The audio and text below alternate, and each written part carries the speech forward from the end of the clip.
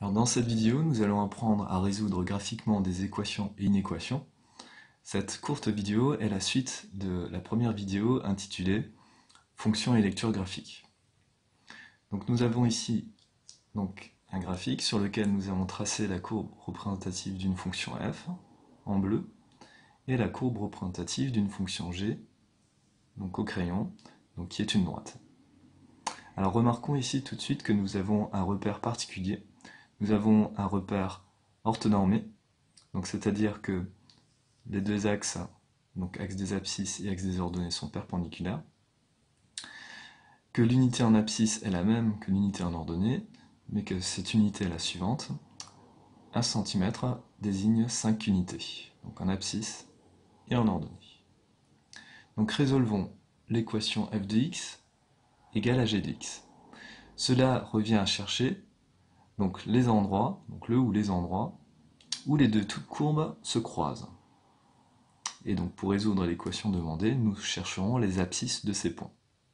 Nous remarquons ici que nous avons deux endroits, donc deux points d'intersection de ces deux courbes. Donc on lise les abscisses de ces deux points. Donc pour le premier, nous avons moins 10. Et pour le deuxième point, nous avons 10.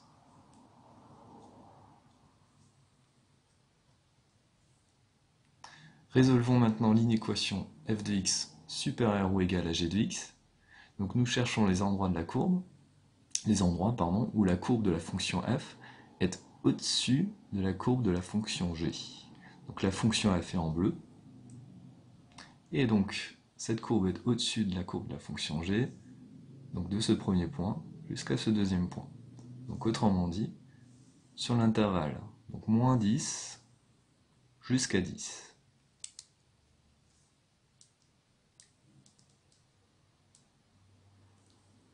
Alors maintenant voyons pour les crochets.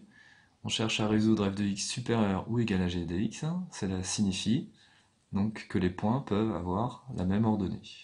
Donc on va garder ce point et ce point, donc on va garder moins 10 et 10. Résolvons enfin l'inéquation f de x strictement inférieure à g de x. Donc nous cherchons cette fois-ci quand la courbe de la fonction f se trouve en dessous de la courbe de la fonction g. Donc la fonction f est en bleu. Donc on voit que sur cette partie, f est en dessous de g. Jusqu'à ici, où nous avons vu à la question précédente que f est au-dessus de g. Et enfin, de nouveau, sur ce morceau, f est en dessous de g. Donc le premier intervalle, donc un intervalle de moins l'infini jusqu'à moins 10. Donc nous sous-entendons que ces deux fonctions sont définies sur R. Union comme tout à l'heure. Donc l'intervalle de 10 jusqu'à plus l'infini. Voyons maintenant pour les crochets. Donc en l'infini, nous savons que les crochets sont toujours vers l'extérieur.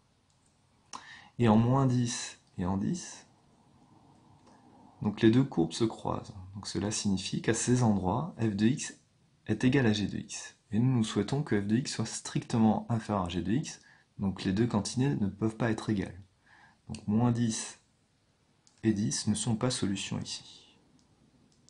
D'où l'ouverture des crochets.